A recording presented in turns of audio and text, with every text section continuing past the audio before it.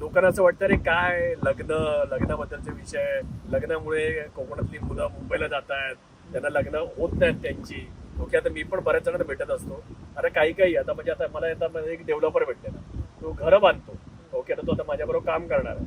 Okay, आणि तो वर्षातून 5 घरं बांधतो आणि त्याचे पार्टनर आहे. तर पार्टनर दोघं मिळून 10 लाख रुपये तरी कमवत असतील, म्हणजे 5 लाख रुपये कमवत असेल.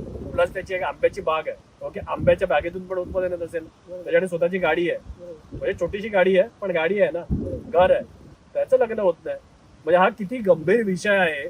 ओके, आणि या विषयावरती आपण हसण्यावर येतो, अरे काय हे असं बोलत बसतात की लग्न होत नाही म्हणून कोकणातली मुलं मुंबईला जातात. पण याचा ना कुठेतरी ना खूप डीप लेवलला जाऊन विचार करणं आवश्यक आहे. आणि इथे कोणत्या प्रकारचे जॉब्स ऑपॉर्च्युनिटीज क्रिएट होणं, कारण कसं आहे की प्रत्येकाला ना एक फिक्स जॉब हवा आहे. ओके, आज जर 15-20 हजाराचा जॉब मालवण, कणकवली, कुडाळ, देवगड मध्ये जर तुला मिळाला, जिथे तुला 20,000 रुपये फिक्स पगार मिळतोय. ओके, तर तू कशाला जाणार मुंबईला?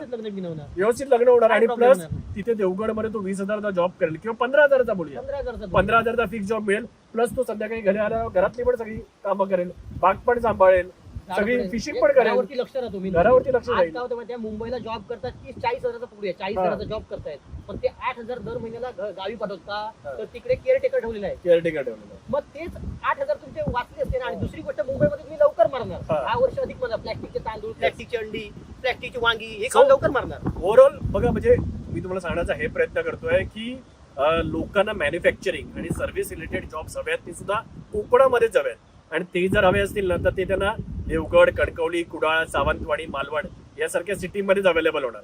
आणि त्यामुळे आपल्या ज्या सिटीज आहेत तर त्या पण डेव्हलप होणं आवश्यक आहे.